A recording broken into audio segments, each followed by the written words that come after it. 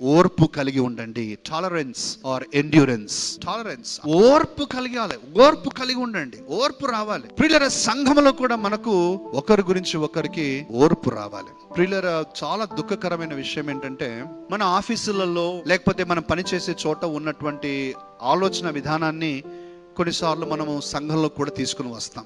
ఎలా అని నేను చెప్తాను. మన ఆఫీసుల్లో కానీ, మనం పనిచేసే చోట కానీ ఎవరైనా ఒకరు నచ్చలా, మనకు వారి విధి విధానాలు నచ్చలా, వారి పద్ధతి నచ్చలా, ఏమి నచ్చలా వాళ్ళ గురించి, మనం ఏం చేస్తాం? మాట్లాడకుండా ఉంటాం కదండి. వారితో మనం మాట్లాడు. వారు ఎదురొచ్చినా ఏం చేస్తాం? మనము వీడితో ఎందుకు లేరా బాబు, నా పని నేను చూసుకుంటాం, తల తిప్పుకుంటాం, వెళ్ళిపోతాం. మనము ఎదురుపడం, మనం అవాయిడింగ్ మెంటాలిటీ కలిగి ఉంటాం. అవాయిడెన్స్, మనం అవాయిడ్ చేసేస్తాం కంప్లీట్ గా. ఆ ఆఫీసులో ఉన్నటువంటి ఆ అనుభవాన్ని కొన్నిసార్లు చర్చిలో కూడా తెస్తాం. చర్చిలో తెచ్చినప్పుడు ఏమవుతుందంటే, నాకు వీళ్ళు నచ్చలా కాబట్టి వీళ్ళు వస్తారంటే నేను రాను, వీళ్ళు ఏ సర్వీస్కి వస్తారో నేను వేరే సర్వీస్కి వస్తాను. నన్ను కూడా అడిగారు, పాస్టర్ గారు వీళ్ళు ఏ ఆరాధనకు వస్తారండి అని అడిగారు. నేనేం చెప్పాలా? ఎందుకు? ఏ ఆరాధనకు వస్తారని చెప్తాను, వాళ్ళు ఆరాధనకు రాకూడదని. Is that what God is teaching us?